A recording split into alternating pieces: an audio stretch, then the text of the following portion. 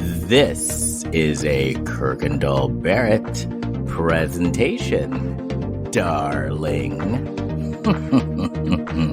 You can touch it if you want. Ladies, if you want to meet a man, check your storage closet. Come on, Kendall. Take off your shirt and go camera shopping at Best Buy. Good shirtless, not bad shirtless. Yeah. Well, it was gratuitous. Yeah, it was. I like a good grizzled man sometimes. A lifetime of Hallmark.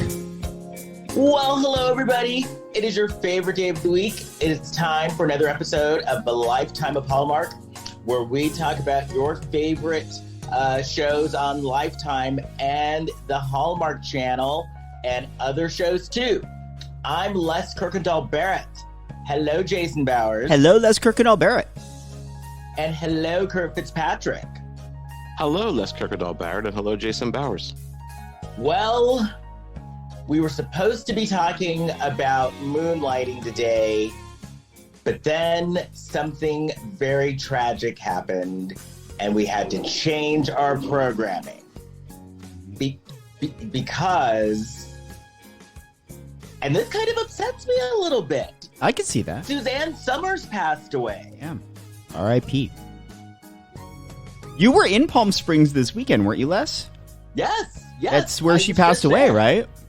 Yeah, I was there because I was there for the Pride on the Page, which was a queer book fair. Mm-hmm. I was there on Friday and Saturday. Little did I know that Suzanne Somers was passing away while I was in town. Yeah, this is she. Oh, go ahead, Kurt. Sorry. Did she pass away at home? She probably did. I believe she did. Yeah, I believe that's what I read. Okay. Well, this is what was so sad about the whole situation. So I think today, or either yesterday or today, was her birthday. It's today. And so she passed away the day before her birthday. Yeah. Yeah. And we're recording this on Monday, October 16th, 2023. So her entire family was in town because she was supposed to have a big birthday party. I read that they were basically turning into a celebration of her life, which I think is the nice way to take advantage of that moment. And I don't know Suzanne personally, but just knowing what I knew about her and her career and her spirit, it seems like something that she would have liked. I knew several people who had actually worked with her over the years, and I did not hear one mean thing. Mm-hmm. I heard that she was always very nice. She was very pleasant to work with. Mm-hmm. And, because Jason, and you too, Kurt, when you talk to somebody, you always hear a couple of mean things. Yeah. I mean, I worked as an extra on Step by Step twice, and I don't remember her being nice or not nice. Like, you don't really interact with the leads of the show usually, but the mood on set both times seemed very upbeat. Everyone seemed happy, so. And, like stuff like that, it literally does trickle down. Oh, yeah, absolutely. Right. Makes a difference. So now, was she, they were expecting her to pass away, right? She's been battling breast cancer for a very, very, very long time. Over 20 years. Yeah. Yeah. Has she, do we know if she was on hospice care or? I haven't heard one way or another, so I don't know. Okay. And I think that she was battling her cancer homeopathically. Mm-hmm. But 20 years. Do you know that? She talked about it a lot in the press, didn't she? Yeah, and I know, she was, I know one of the things she talked about, she talked about how she didn't get menopause because she would take bioidentical hormones. So she was really big on, alternative medicine and alternative therapies. That I know because she would talk about it on camera. Yeah. So, well, the alternative stuff is all right if it's supplementing, real proven medicine. I don't know what she was. I don't know what she was using. I don't know what the story was, but yeah, it's kind of like, 20. someone sent me a DM, and they were like, 2023 has been fucking up with just the different people who have passed away this year. I've had worse years. I feel like it's that way every year. Yeah, same. But in terms of like celebrities passing away, I feel like everyone says that, but part of that is that we're getting older, so the celebrities that we loved are getting older too. So this is inevitable. Because this is another one that's like, oh, another chunk of my childhood ripped away. Yeah, I mean, this one was a big one for me because Three's Company still remains one of my favorite TV shows of all time. This is, I was very young when the show came out, but I still watched it when I could, when I was allowed, and it was very formative in my enjoyment of the half-hour television sitcom. Well, get this. Okay, so remember, when I was 11, my family moved overseas. Mm-hmm. And so I didn't get a lot of American programming. Mm-hmm. So I am watching Three's Company and Mary Tyler Moore for the first time. Oh, wow. Okay. Right now? I had only seen the first two seasons of Three's Company. Okay. So this is a new episode for you then tonight. So this was a new episode. Yeah. I watched it, like, I didn't watch it first run until it was a couple of seasons in, because, again, this is premiered in, 77? So I would have been about 5. So, right. And I don't know if you remember, Les, or you, Kurt, that when Three's Company came out, it was controversial because ABC also had a big hit in Charlie's Angels. So they were getting kind of beat up in the press for what was being dubbed Jiggle TV. Because they had all of these shows that featured these hot women with, supple breasts that were jumping around on the television. Mm. Now the funny thing is, the funny thing is, so I lived in Spain, right? So we didn't get Three's Company, but we did get Los Angeles de Charlie. Oh.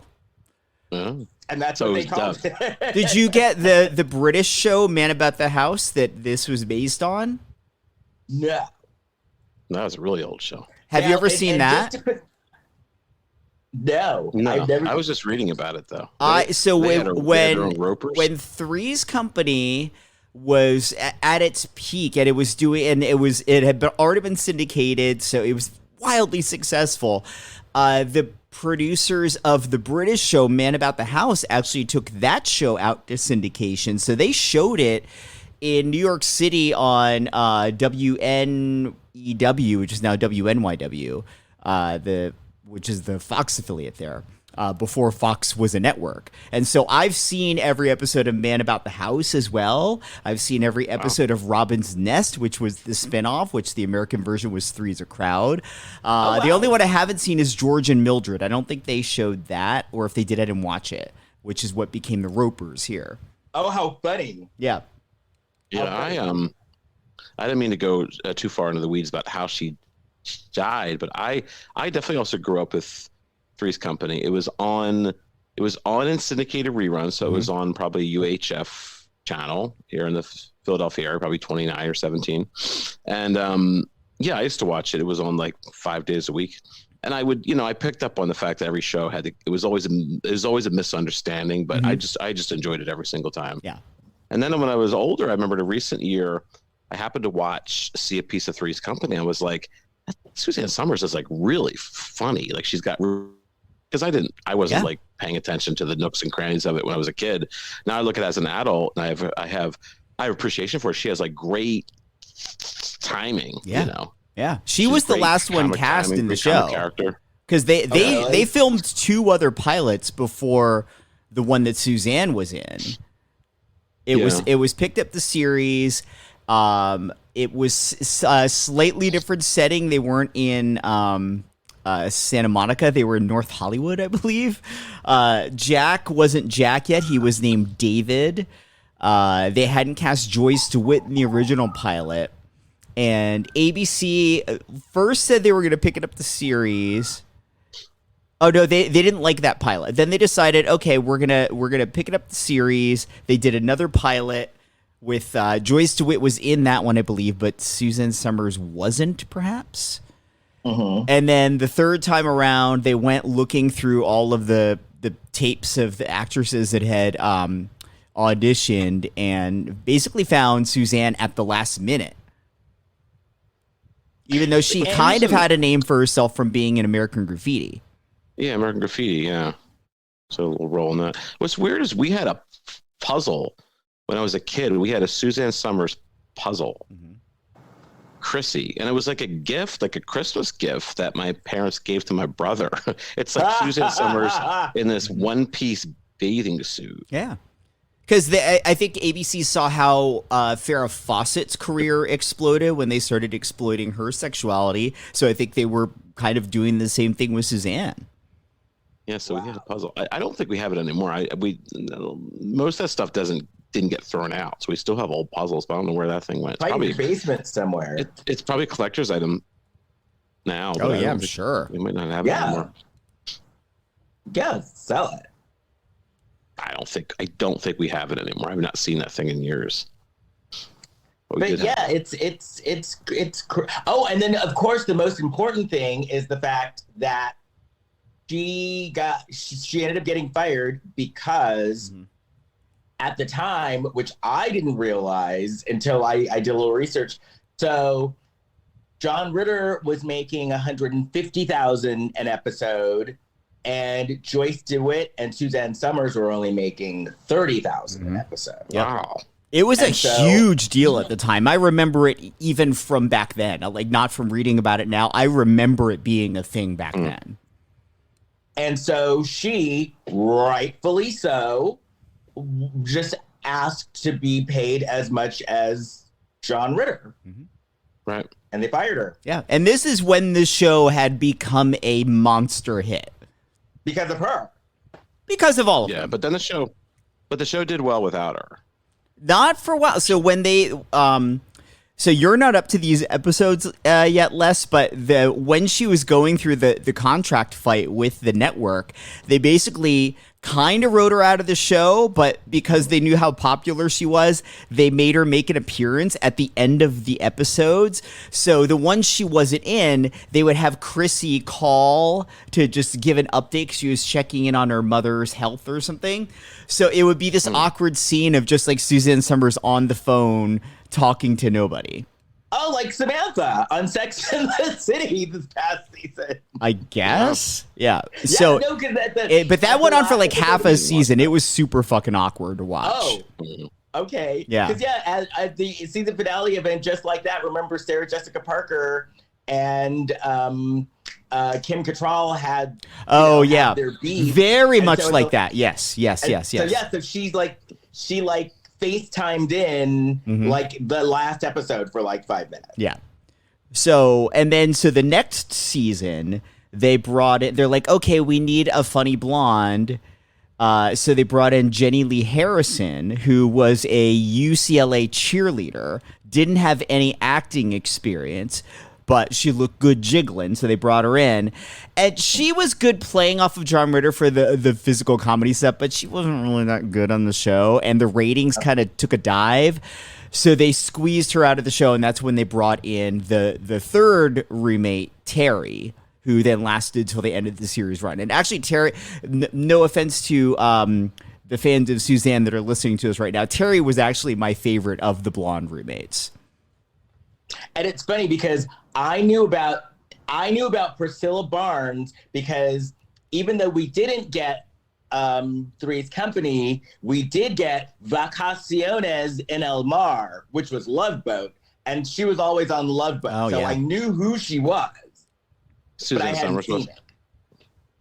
Suzanne Somers probably wasn't on Love Boat and also probably had kind of burned a bridge with ABC, so they probably didn't want her on Love Boat. But Priscilla Barnes was on Love Boat all the time. Priscilla Barnes was on Love Boat a lot. Her and like Barbie Benton. Yeah. I didn't know there were three of them. I didn't know there were three blonde ladies. I thought there were only two. It was Chrissy and then her cousin Cindy. And then it was Terry Alden, the nurse. And Terry, I think, lasted on the show about the same length of time that Suzanne was on the show. Oh, wow. Wow. Well, I'm going to be binge watching Three's Company. Okay. Because there were like 7 seasons, 8 seasons? 8 or 9, I think 8. And then there was one season, which sometimes they'll show in syndication, one season of Three's a Crowd, where after the Terry and Janet moved on with their lives, Jack moves in with his fiancée above Jack's Bistro, his restaurant, which he has in the later seasons. And his fiancée Vicky's dad is always like butting into their lives. And I know Joyce DeWitt was bitter because at Three's a Crowd. Oh yeah. Not so much Three's a Crowd. She was long bitter at Suzanne Somers for the way that she left. Yeah, but I mean, and I know they ended up making up. Mm-hmm. I know they ended up making up like during COVID, right? No, they made up about 10 years ago on some. I think Suzanne had a YouTube show, and Joyce was on, and it is one of the most awkward things I've ever watched in my life. Oh, really? Yeah. Is it like, sorry? Well, because I mean, they hadn't spoken for 25 years, 30 years, something like that at that point. So it was real awkward. Yeah. I remember Suzanne Somers used to do that Thigmaster too, where she was like moving her legs. Yeah.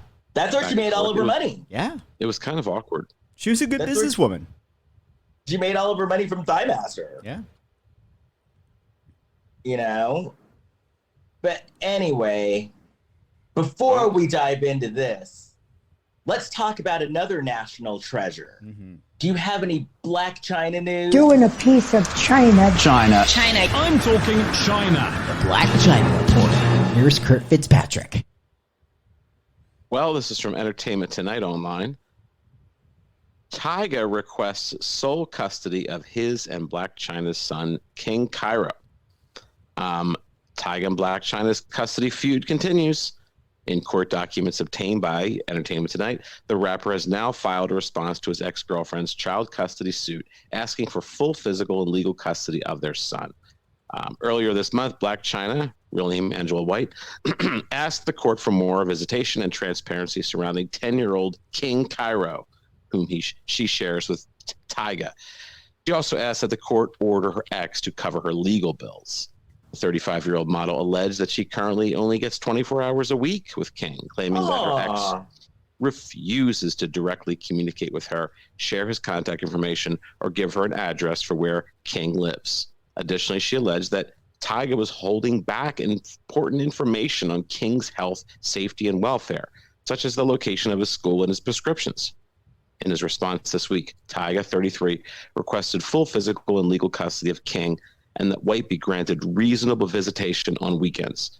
He is also asking that she provide written permission if wanting to take their son outside of the state, and that they maintain the holiday schedule they've already set in place. White recently told Entertainment Tonight that the most important thing for me right now is battling the custody case to get my son. She continued, once that's out of the way, I feel I could go on to the next thing. But that right now is my main priority. My kids are my main priority, and I'm not going to give up at all. Moms don't give up on their kids. Apart from King, White is also the mom of a 6-year-old daughter, Dream, with her ex, Rob Kardashian. According to White, her kids are also the main reason she decided to deactivate her OnlyFans account earlier this year. I will never go back to OnlyFans, White said, adding that the money she made doesn't outweigh the negative aspects in her opinion. As fast as the money comes, as fast it goes. And also, too, it comes with a lot of negativity. My kids are getting older, they see all these things, and I'm not going out like that. And that's it. Wow. It's weird to me that where her kid lives. Yeah, that's weird, right? Yeah, I'm surprised that's not you have to work with a social worker when you are sharing custody, aren't you? Or yeah, it's she also doesn't know where the school is. Wouldn't that be in some sort of legal records detailing their agreement?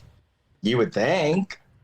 I'm not the one handling the case. No. But you should, Kurt. It is a strength. Get on it. I should be handling. Go get a legal degree and report back.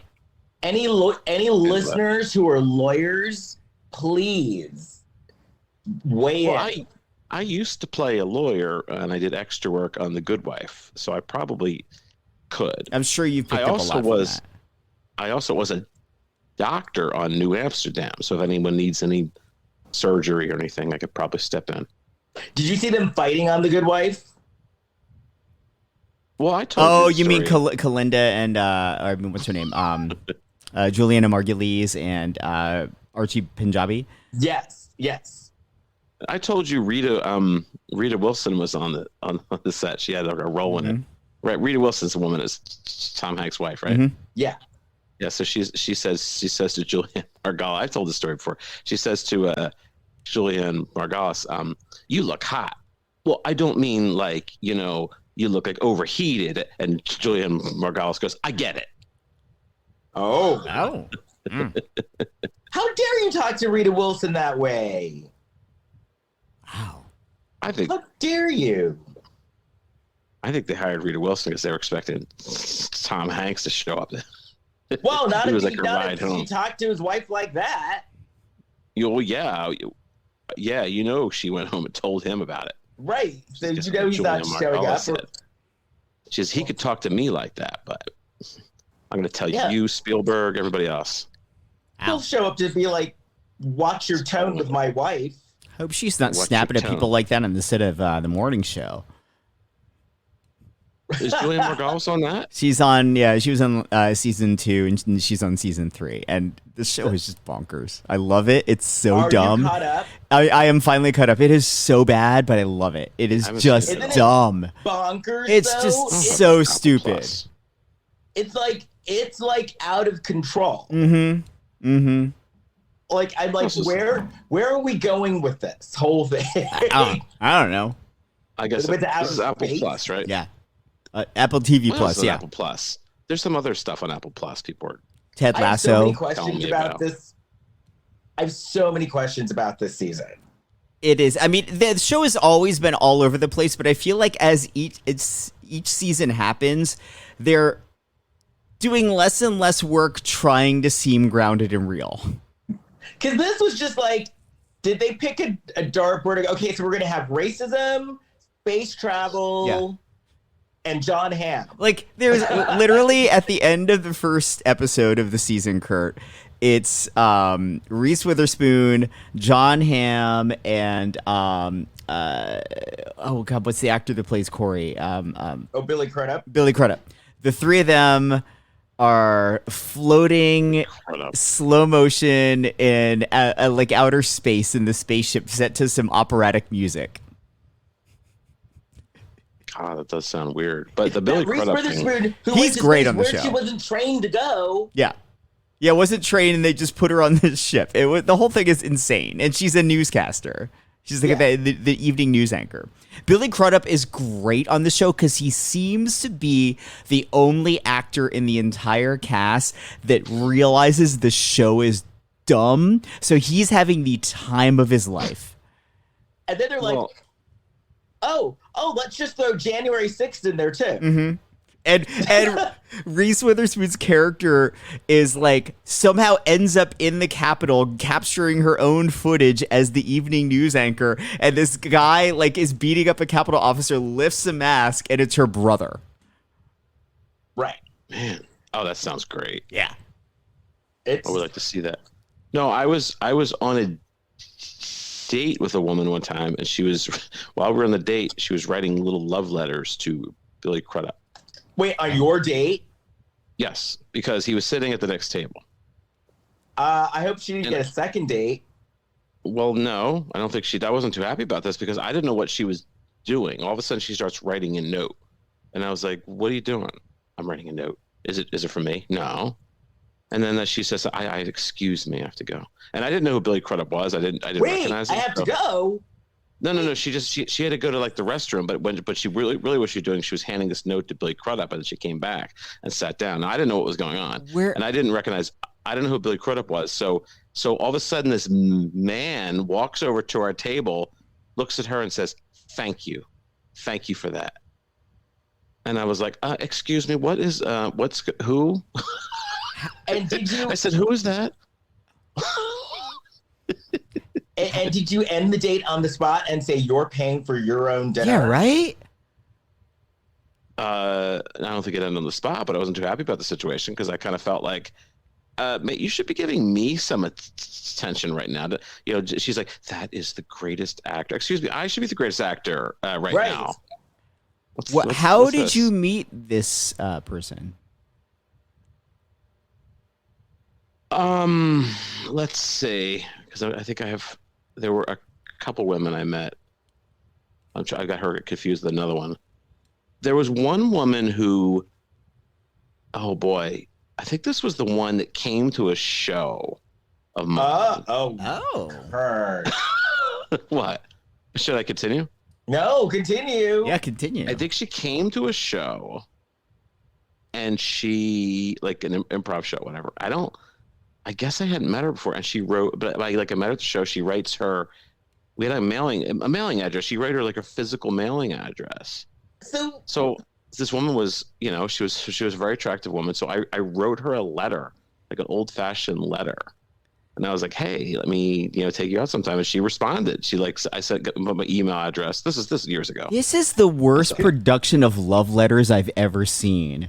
Well, right. You wanted me to continue. Well, no, it started with you writing her a letter, and then she writes Billy Crudup a letter. Like, wow. But there's another woman I met at Actors Connection, and that's a red flag. And it may have been the same woman. I'm trying to remember. I don't know. So what's Actors Connection? So many ladies. Actors Connection. You got these in LA. This is when you show up and you pay money to meet a casting director. Casting director workshop. You met a woman at a casting workshop? Oh, please. I don't think that's bad. I don't think that's bad. Everyone's kind of in the same boat in those things. But I don't think people are at their best at a paid casting workshop. Well, somehow I connected with a woman there, and it may have been the same. So she may have been the one. I may have met her there. She came to the show, put her address, and I wrote her a letter. I think it was the same woman. Is that your move? Right? Well, it kind of worked. I went out with her. You're single-handedly keeping the chain papyrus in business. Well, I had a few moves. I'm going to start working my moves again. I use semicolons in my emails. A good move for you is to pretend that you are a swami. To pretend that you're going to take people's money, but they don't know it because you're dressed in a flowy outfit. Yes, and I did enjoy the flowy outfits on this too. Well, what I was thinking of when I watched this Three's Company episode? It predated, what's that HBO show about the guy who has the sex cult? Oh, what's that called? And he Deadwood? brands the lady. What's it called? Oh, NXIVM? NXIVM, yeah. Oh yeah, this is during a time when cults were really in the news. This was very much a, for lack of a better term, ripped from the headlines kind of episode, because this is from 1979, I want to say. Yeah, so this was during the Moonies and the Hare Krishna. Yeah. And the cults were like. We know one of those Moonies. He does those Shakespeare shows. French festivals. There 3 people will get that. Yeah.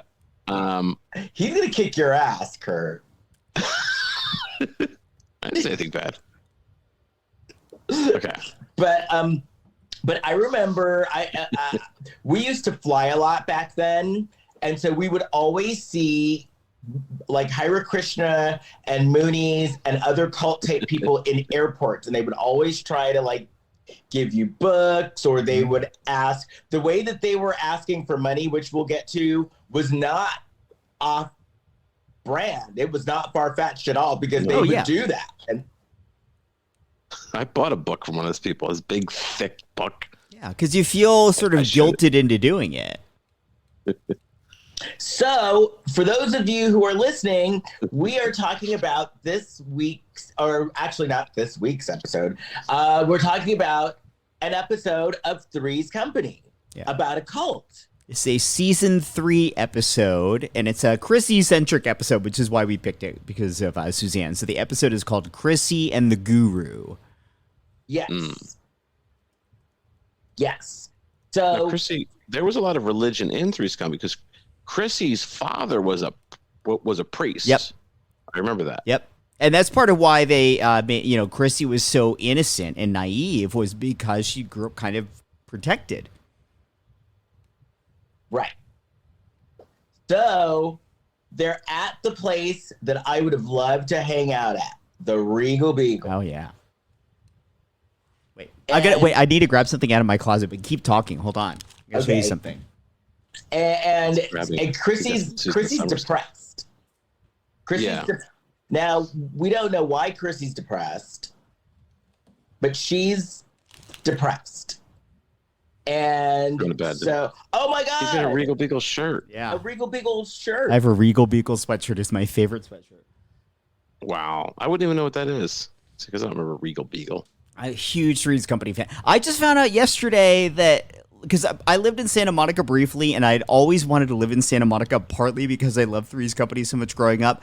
I found out that I lived less than 3 blocks away from the exterior of that they use for the apartment building on the show. Oh, how funny! Wow. Come on, Isn't it kind of cool when you move to LA and then you see this and it's like, why do I know this? And it ends up being because it's like the exterior for something. Yeah. Well, I lived right around the corner from the Brady Bunch house. I think I mentioned that before. Because on like La Cienega and Melrose, that zebra skin building was Titania Records that Dominique Devereaux owned on Dynasty. Yeah. Although that building looks totally different now. They redid True. that a few years back. Yeah. True. When I first remember that movie, Thank God It's Friday. Mm-hmm. Well, when I first moved to town, because it was like the club was shaped as a whale. It was actually across the street from Beverly Center, where the Lowe's, it's that Subway, and then there's that department store thing next to it. Oh yeah, okay. That used to be the club for Thank God It's Friday with the whale head. Okay. Anyway, so we don't know why Chrissy's depressed, but she's depressed. Yeah. And so Jack wants to cheer her up. Wait, so what was it? Chrissy said, don't say anything happy. No, Jana she kind of wanted to hear clocked something that. depressing. Jana kind of clocked that Chrissy was sad, and she's like, "What's wrong?" And she's like, just sad." And then Jack's trying to be goofy to cheer her up, and she's like, "No, I don't want to be cheered up right now." And then Jack's like, "All right, well then she's like, "Tell me something depressing. I'd rather hear that." Jana's like, "Well, I don't want to get depressed."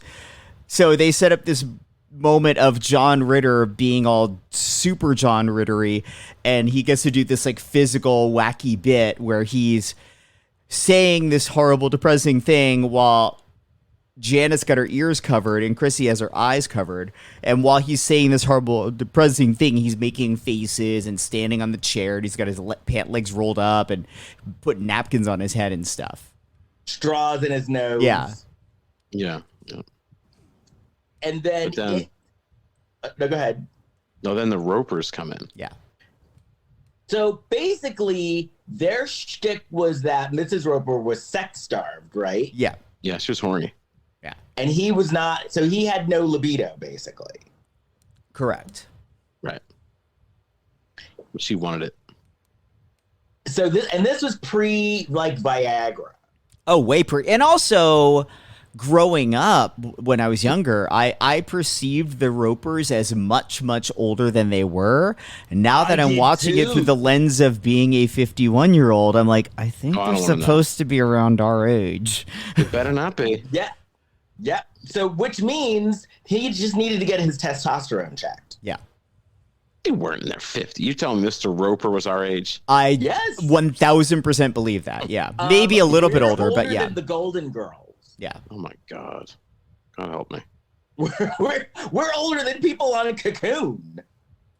No, just the actor playing. Well, we're older than Wilford Brimley, but not the characters in that movie, at least. I'm older than Well, Amici? we are older because I remember. Jesus. Well, I hope I can make it through the podcast and may die of old age. Well, the funny thing Don is, Amici's younger than me. I remember watching Golden Girls and thinking that old lady is so horny, but she's like so old. And now I'm like, oh, she wasn't that old. I get it. Yeah. Right. But You people tell me age that. better now. That is true. Because Yeah. looking back on this, Jack, Janet, and Chrissy are all supposed to be like in their early to mid 20s. And they look like, especially Jack, like looks 40. Yeah. Yeah. So Okay. Mr. Roper seriously just needed to get his testosterone checked and some Viagra, and he would have been all set. Yeah. Yeah, dim the lights and go to town. So and there were a lot of double entendres, like Mr. Roper wanted to splurge on something special, and Mrs. Roper thought, oh, that means sex, but he wanted a scotch. Yeah.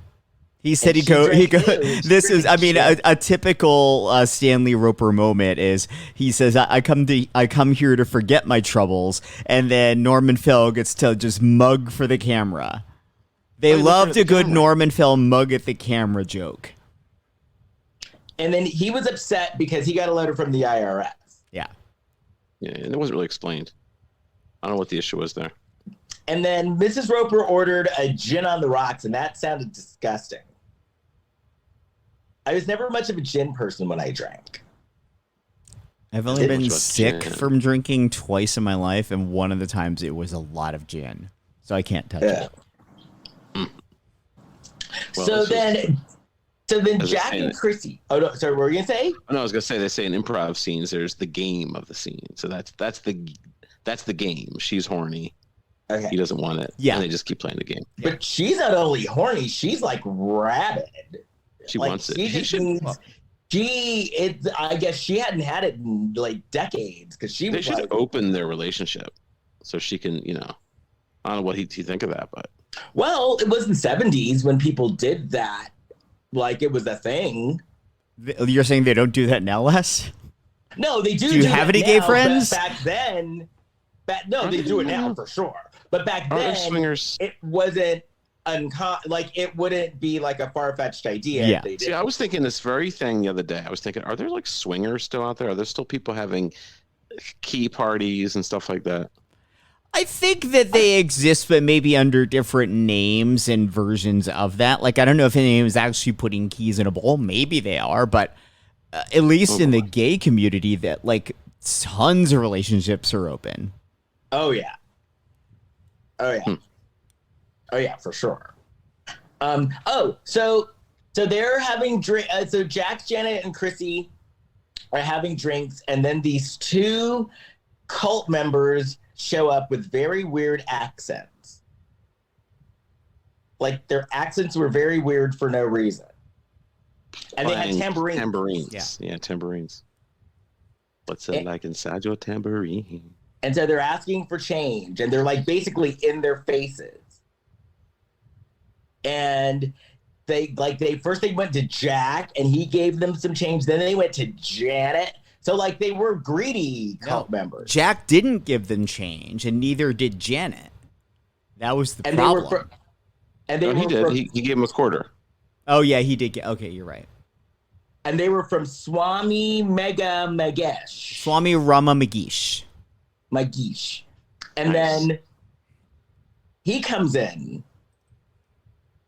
and he actually Chrissy ended up giving them all of her money, right? So he came in and said something, and before he came in, when the two women were hounding Janet like tried blowing him off by saying like, oh, I don't have any money, or I didn't bring my money. And Chris is like, yeah, you did. Remember, you told me to hold on to it. As she gives them all the money that Janet brought, which was only like $4. But remember, this is the late 70s, and that was a lot of money for them to buy their drinks that night. That was probably like 3 drinks a piece. Right. Yeah, exactly. And so then when the leader comes in, he gives them their money back. Yeah. And then they cut to like Stanley and Helen, and Stanley sees all this going on, and he's like, all they want is your money. And I like Helen because she points at the hypocrisy. She's like, yeah, just like landlords. Right. Oh yeah, that was good. Right. And so then it was like and then Jack made a joke about how how they were all dressed, and Chrissy kind of sticks up for them and says, don't make fun of how they're dressed. And then the Swami looks at Chrissy and tells her that she is wise. Hmm. And then she likes that, so she invites him to join them. So he joins them and he starts talking cult talk. And then they're back at home, and Jack comes in and Janet's there, and he's like, where's Chrissy? And Janet's like, oh, Chrissy went to give them the money that they pay them back. And Jack's like, wait, why is she paying them back? It was our money. Yeah. Then they used an outdated Yes, term. they did. Wow. Yes. That actually really shocked me that they used that term. Yes. I was like, ooh, that didn't age well. They must not be seeing a ton of people going through and rewatching these shows, because to me that seems like a line that would have almost certainly have been edited out if somebody had flagged it. Yeah. Hmm. Okay, and Jack's like, but he's a pejorative. We can say it, right? We could say it just in conveying what was said. It's a term that was a derogatory way of saying we gave someone something and they took it back. Yeah.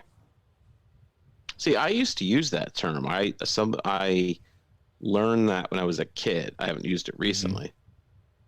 Don't use it now. No. No, I wouldn't. But you know what I hear sometimes? I still hear, which I thought was outdated, was people say the master bedroom.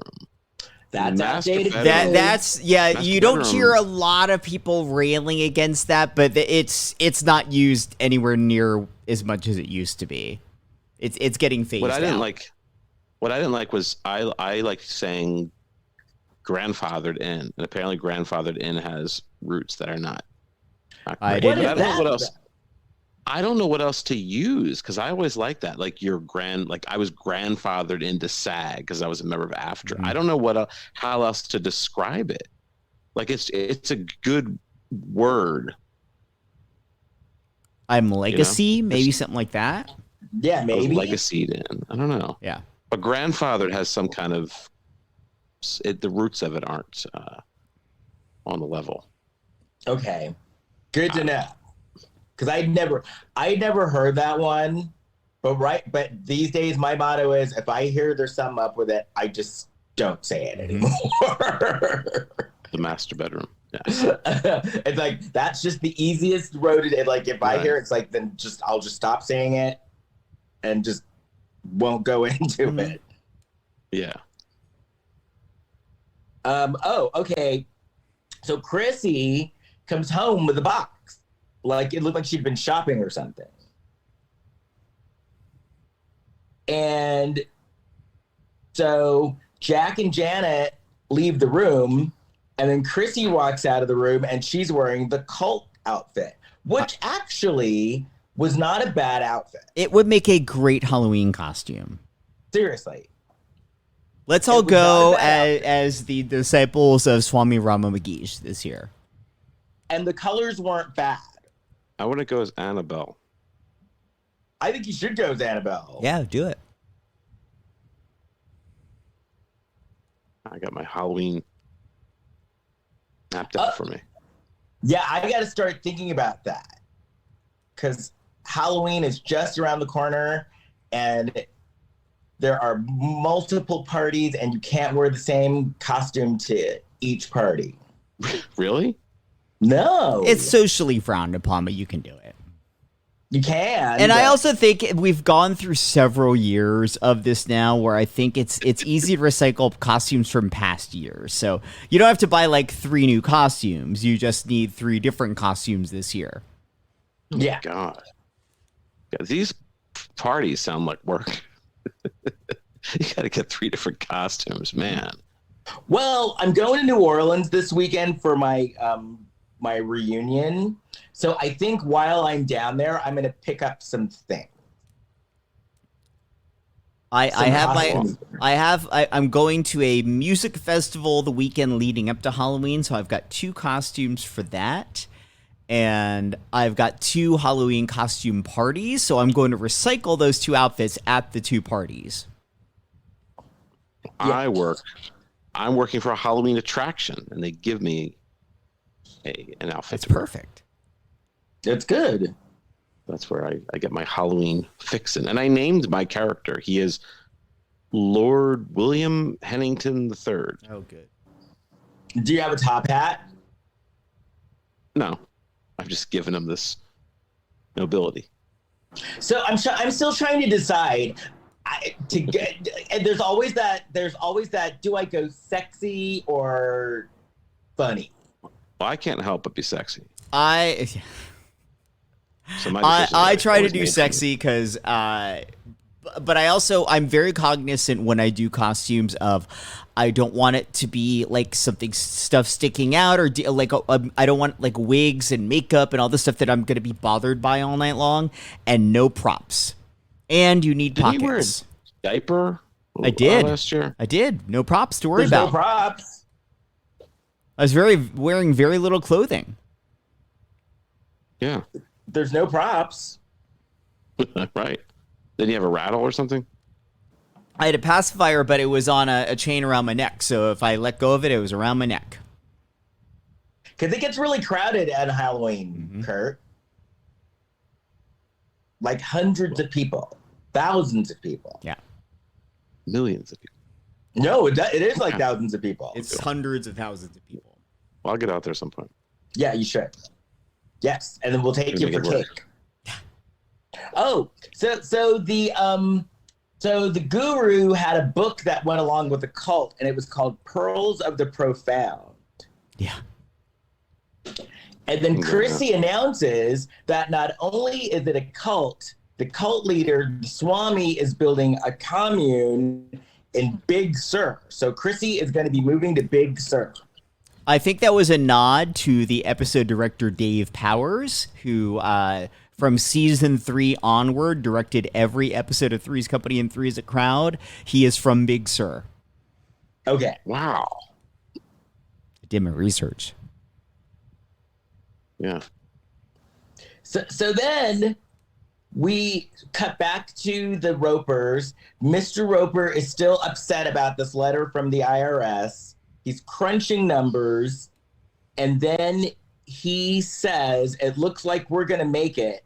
And Mrs. Roper starts freaking out because she thinks that means that they're going to have sex. Yeah, Helen Roper thinks she's getting a D. Right. Wow. And she was not getting a D. She wants it from Yes. Norman Fell. And she looked like she was just like going to like jump out of her skin. Yeah. I mean, that's why she wears those mumus. It just comes off real easily when it's time. Yeah.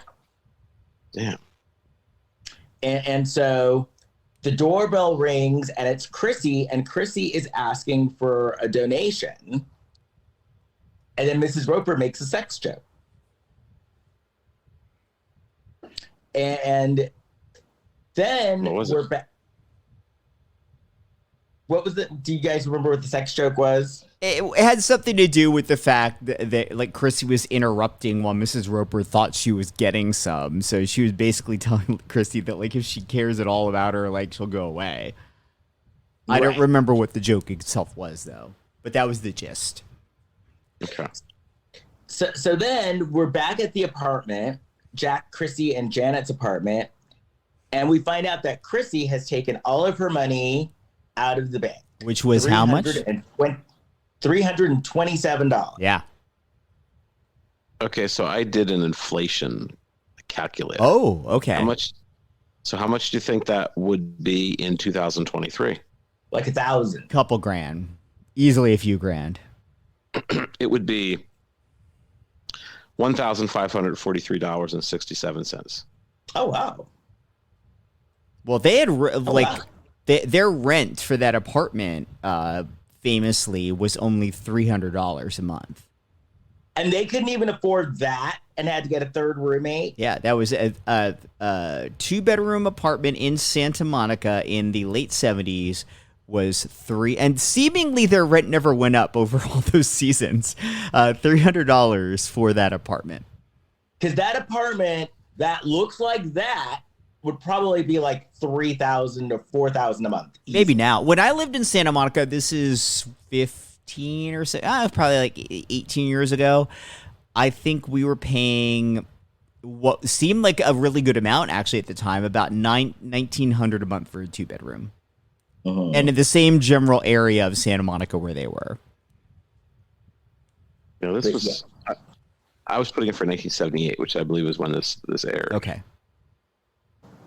But yeah, so her life savings, $327 a month.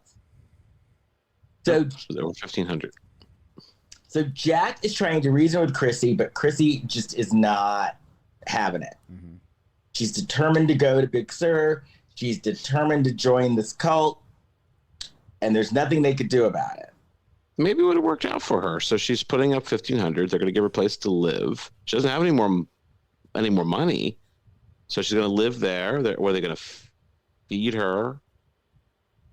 Well, she's going to go there, and then he's going to use her to bilk all the people in her life for money too, so they can get her out of the cult. And he's hoping to take advantage of her sexually. Yeah. No, it's not good. And I have, we're not going to play the guessing game of who this is, but I certainly have had somebody that I know who has gotten involved in this kind of stuff. And was very susceptible to these kind of things. But we've talked to Les about it, and he's not joined any cult since, Kurt. It's not Les. Yeah. Not Les Kirkland Barrett. But I remember one situation, there was somebody who had a book, some ebook that this person purchased. So that was like a waste of money. Oh. So the Swami comes over and Chrissy like leaves the room and Jack starts yelling at him. And the Swami was smart because Jack's yelling at the Swami and the Swami's like, yeah, and what? I am bilking her. he just owned it because he knows that Chrissy's not going to believe Jack anyway. Right. Yeah, that's what he's like. He's like, she's not going to believe you anyway, so yeah, I'm going to do it. Yeah. So I like this next part. I like because then Jack and Janet leave and they pretend like they're going out to the Regal Beagle, but they put their snooping hats on and sneak back in through the window, the kitchen window. I like that. I should point out, as a reminder, they live on at least the second floor, definitely upstairs. They're not at ground level. Oh, they had to get a ladder. Well, they climbed through the kitchen window. Yeah. That was impressive. If they're on the second floor, that was very impressive. But it could also be one of those ones where they have like a landing on, like the whole outside of the apartment is on a landing that people walk by to go to the other units. Because in the opening credits, Janet is she's watering plants, and Chrissy's out there laying out sunning and gets watered by Janet. Right. So they must have a large landing outside their apartment. Okay. So while they're sneaking in, the Swami is in the living room hitting on Chrissy. Making his move. Yeah, he's making his move. Why doesn't he write her a letter? That's what I do when I make a move. Right. Yeah. Like, yeah, like, hey, Chrissy, you're the best actress ever. Yeah, I'm on a date, but that doesn't matter. Take this note. Here's a note. Billy Crudup. Who's that just walked up to our table? Oh, that was Billy Crudup, the greatest actor ever. Great. So the guru is hitting on her, And all he cares about is he's like, did you get the money? And Chrissy's like, yeah, I got the money. And so the guru leaves. Well, And he no, has because Chrissy's Jack storms out of the kitchen into the living room. Jack and Janet both storm out there and scare him off. And then Chrissy's like, yeah, I know what he was doing. He's basically like he's a sleazeball. I know he was hitting on me, but I needed him to get close to me so I could get my money back. Which was a nice twist at the end there, yeah. Woo! See, Chrissy was smart. Yeah. And it ended happily ever after. Mm-hmm. There's an episode of The Ropers where Chrissy and Janet come over, and they're planning a surprise party for Mrs. Roper. So they're in the room and they're playing music. So Mr. Roper's dancing with the two of them, and Jeffrey Tambor lives next door. So he's looking in the window. He's like shocked. He's a misunderstanding, and somebody comes out and sees him. And he's holding a hose. So he puts the hose in his pocket nonchalantly. He's like, oh well. The next thing you know, he has no pants on. So now he's got no pants on. He's in his home, and then Mr. Roper, he sees Mrs. Roper coming outside, and he forgets he has no pants on. So he runs out. He says to Mrs. Roper, "I want to show you something." Yes, I remember that. Oh, I remember that. oh, Stanley! That scene made an impact on my life. Oh, Stanley, I'm so excited! Oh no! They were horrified. You probably haven't noticed this yet, Les, but Jeffrey Tambor played multiple characters throughout the run of Three's Company, none of which were the character that he played on The Ropers. Oh, He so guest starred in Three's Company, I think, 3 or 4 different times as different characters every time. I went to Book Fest. I think it was called Book Fest, like the Comic Con, like Book Con, maybe it's called. But anyways, it was in New York, and Jeffrey Tambor had written a book, so we went to see him speak and do a Q&A, and somebody in the audience asked about Three's Company, and he's like, "You want to ask me about Three's Company?" And he's like, "Oh, there it says. So, what did you learn from Jack Ritter?" And he said, "Be kind." Aw. That's Well, good. that didn't age so well.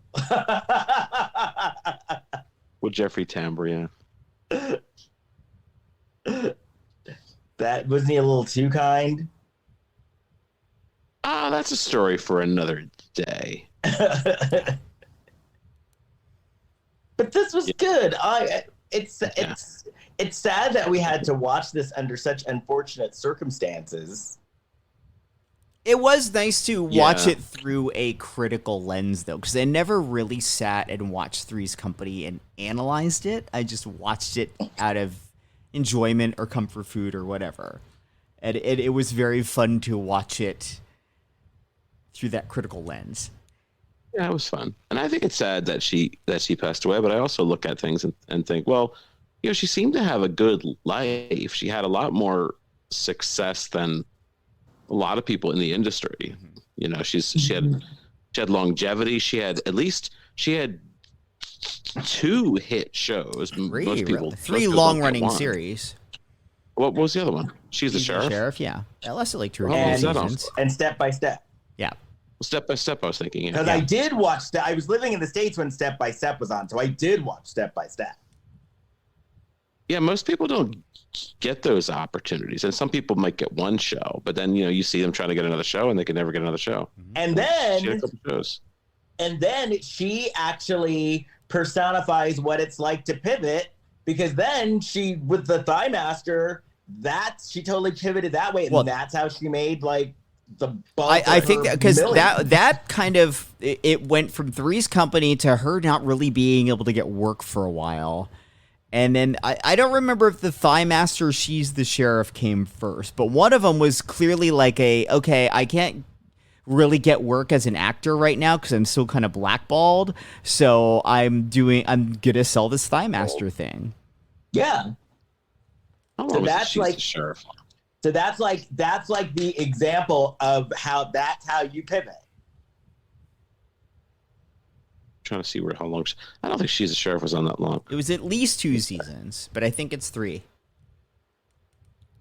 Plus, that was one of those like first run syndicated shows. That was one, and we talked about this a few weeks ago, where NBC did an experiment one year where on their NBC-owned television stations, they were trying to extend prime time, but they couldn't do that across the entire network. So they bought some of these first-run syndicated shows to air at 7:30, and She's the Sheriff was one of those shows. Okay, it had 44 episodes. So that's probably 2 seasons. Yeah, it looks like that's what it was. Well, okay. Rest in peace, Suzanne Somers. Yes. Yeah. Rest in peace. Looks like it was a good run. It's a good run. Oh my God! You know what I read? And I read this in more than one thing. She and her husband would get to it like 3 times a day. Yeah. Where did you hear this? Several places, including it was in the YouTube news interview with her. It was in the news a couple of years ago. Because I actually posted something about it because I thought it was such a funny story. Mrs. Roper would have. She would have liked a piece of that. Yeah. And this is like while she's in her 60s and her husband was older. Well, 3 times a day, so they spaced it out. So I don't know. This was the headline because I posted it on my Instagram, Big Shot Jason, from March 20th, 2021. The headline: Suzanne Somers, 74, and Alan Hamill, 84, have sex, quote, 3 times before noon. Oh my God, that's not true. Well, you think that's true? Came and knocked on her door. She's been waiting for him. Come on, knock on her door. Right. I don't believe that. Well, 3. It's 3 times. 3's company. Yeah. Hey. This guy's how old? 84? Yep. Well, now he's 86, but yeah. Yeah. No, 3 times a day. He has to cut it down to 2.5 times. All right, well, maybe. What's a halftime? Yeah, what's a halftime, Kurt? You know what it is. I don't. That's why I asked. Okay, good. I'll believe it. I have no reason not to believe it. Well, jeez. He's like, he's made it this long. So gentlemen out there, you better get it together. If this 86-year-old man is like hitting it 3 times a day, yeah, get to work.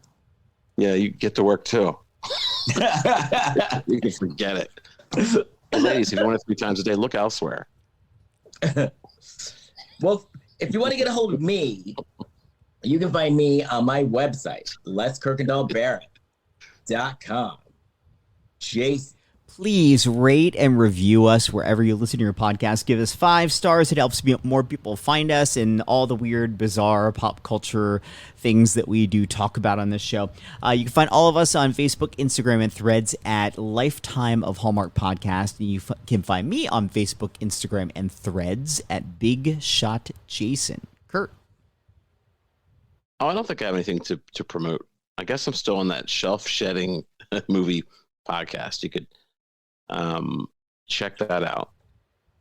That's all I've got for now. And if you are in New York City on November 9th, you can come and see my show, The Real Black Swan, Confessions of America's First Black Drag Queen, as part of the Gotham Storytelling Festival at Under St. Mark's. And for more information, you can go to, I believe it is frigidfest.org. Okay, that's where I did my very first solo show, Under St. Mark's. Oh. The birth of Kurt Fitzpatrick. See? That's where I was birthed. Well, anyway, I am starving, so I'm going to go. So I guess we'll talk about Moonlighting next week. Yeah. So I'll see y'all next week. On the Bye. way. Bye. Bye.